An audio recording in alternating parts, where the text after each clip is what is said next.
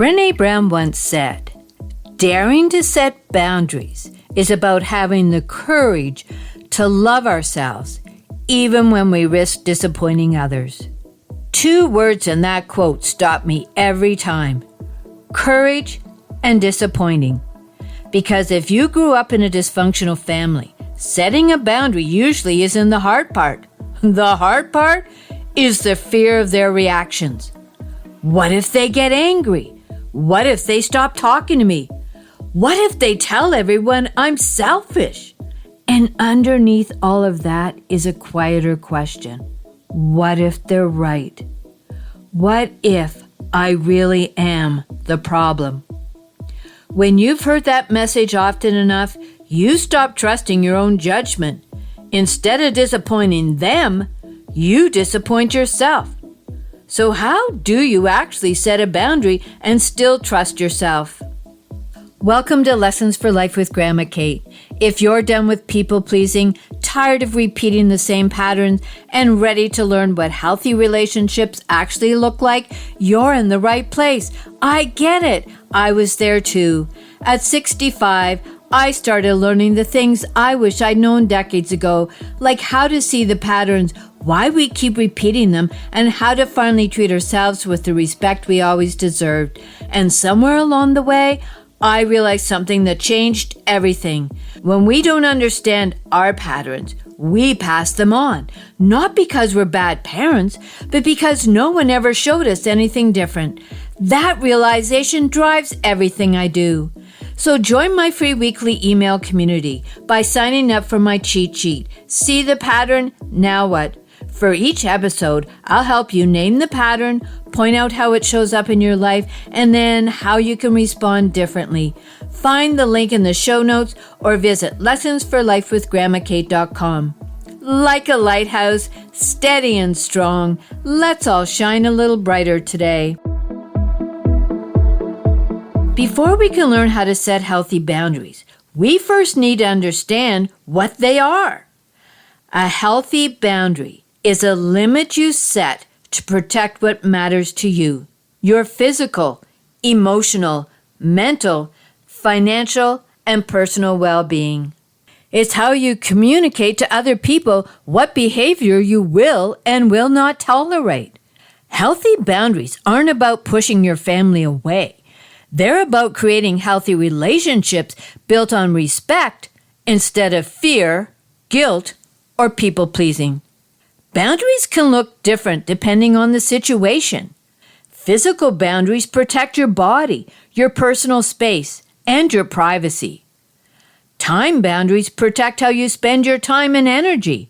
Maybe that's deciding you won't keep waiting because your partner is late, yet again, without ever addressing it. Emotional boundaries remind you that you can care about family without taking responsibility for their emotions.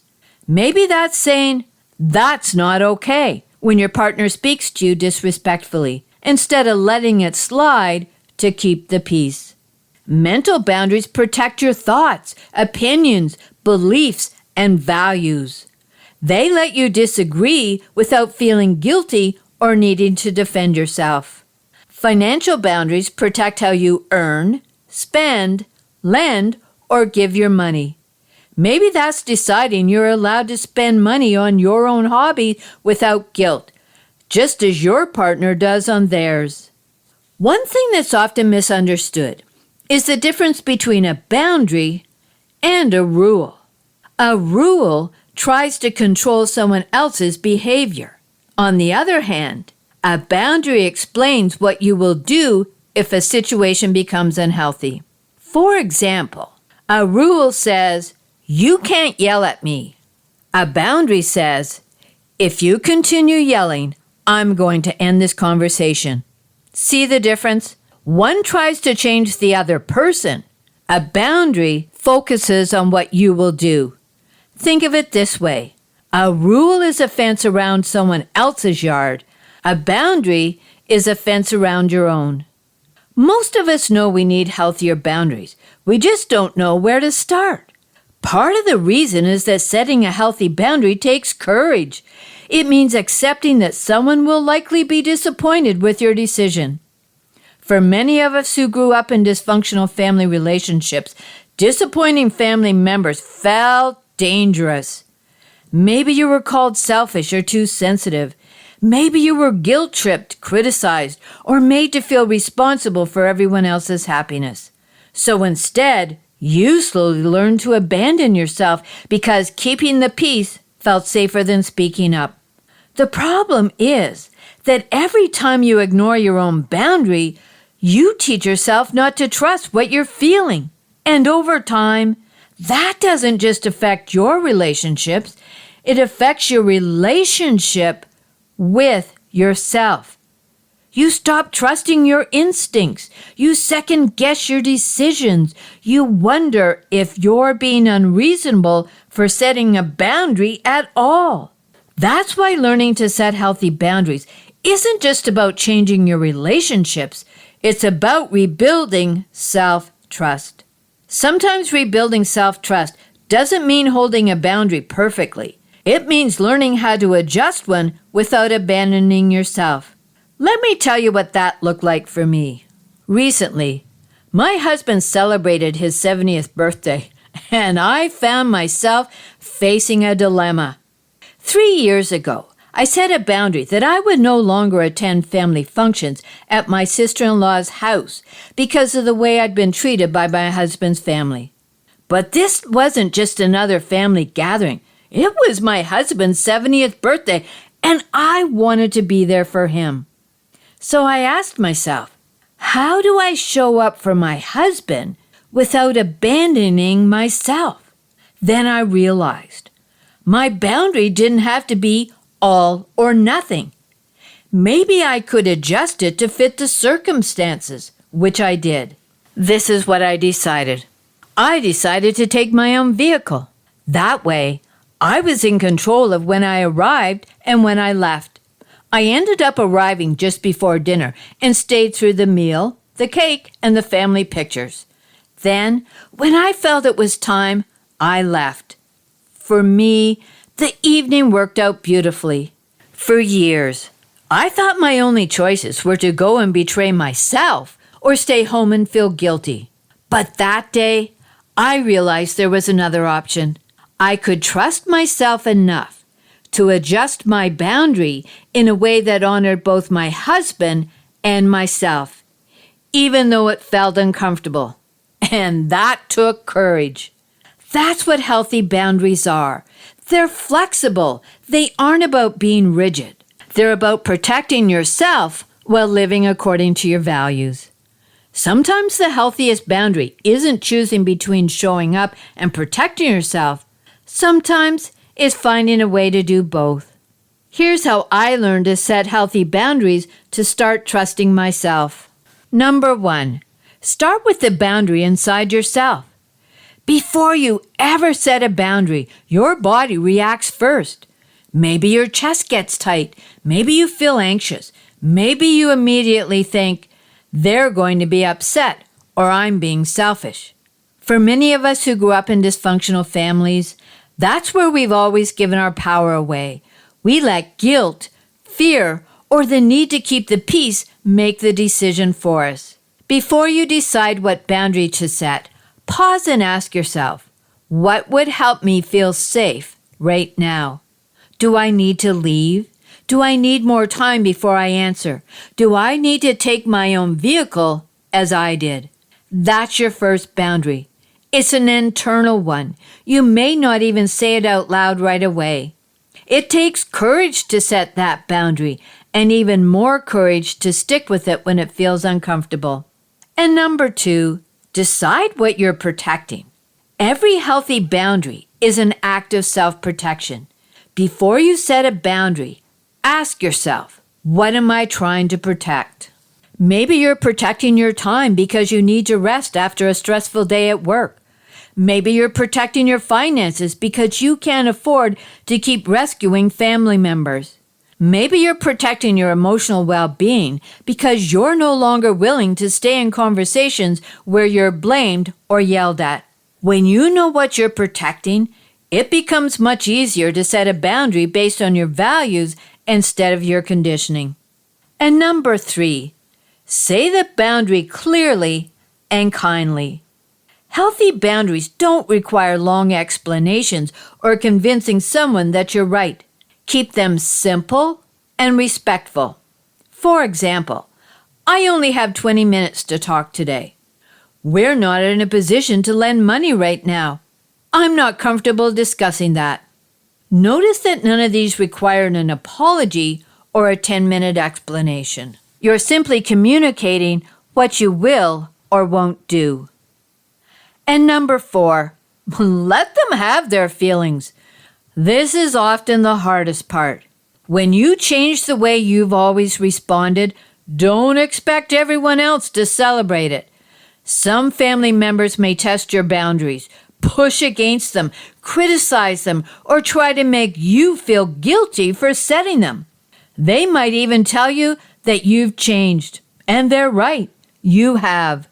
If they've benefited from your lack of boundaries, change can feel threatening to them. But that doesn't mean you've done something wrong. It means changing a pattern that used to work in their favor. And number 5, build self-trust one boundary at a time. Healthy boundaries aren't something you master overnight. Every time you pause and ask yourself, what would help you feel safe? Identify what you're trying to protect. Communicate a healthy boundary and allow someone else to have their reaction.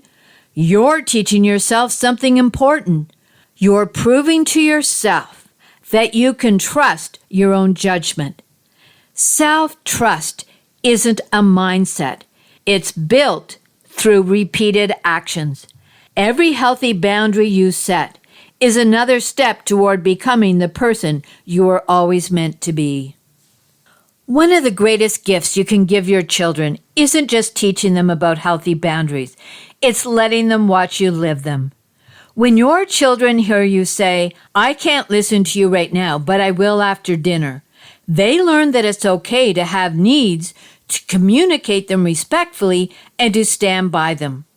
They also learn that saying no doesn't mean you love someone any less. It simply means you're setting a boundary based on your values and what you can realistically give.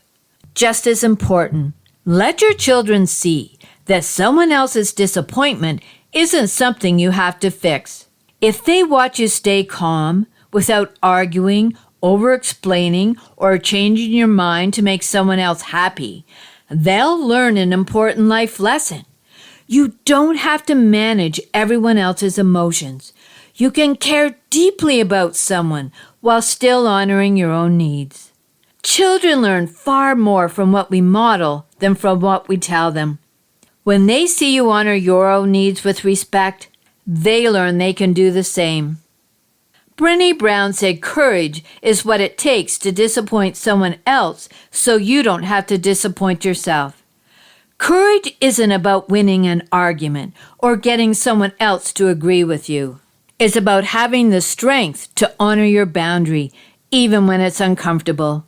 You don't have to get every boundary right, especially in dysfunctional families. Setting healthy boundaries takes courage and practice. But every healthy boundary you set is another chance to trust yourself. That's how you begin creating a life that's aligned with who you are. If someone is disappointed because you set a boundary, it doesn't mean you've done something wrong. It means you chose to honor yourself instead of abandoning yourself.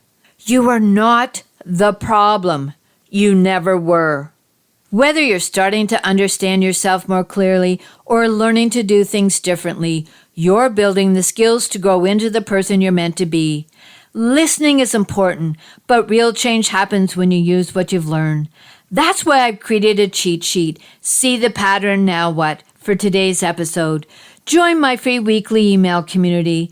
I'll help you name the pattern, point out how it shows up in your life, and how you can respond differently. Find the link in the show notes or visit lessonsforlifewithgrandmakate.com. And if you want more life lessons like this, be sure to follow Lessons for Life with Grandma Kate on Facebook, Instagram, LinkedIn, and YouTube. If this episode resonated with you, there's a link in the show notes to show your appreciation. Either way, I am grateful for you being here. If no one has told you lately, everything will be okay. Tomorrow is a new day, and with it comes new hope. As I conclude this episode, I must state that this podcast is designed solely for educational and entertainment purposes. While I bring my experience as a parent and grandparent, it's essential that you know I am not a licensed therapist. This podcast is not a substitute for professional advice from a physician, professional coach, psychotherapist, or other qualified professional. Got it? Awesome. Until next time, what is one thing you are grateful for?